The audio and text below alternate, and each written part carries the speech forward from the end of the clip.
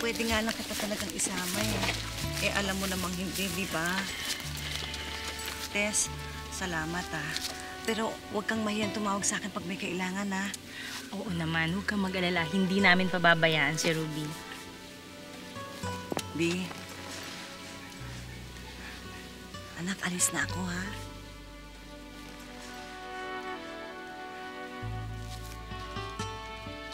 Edi umalis ka na.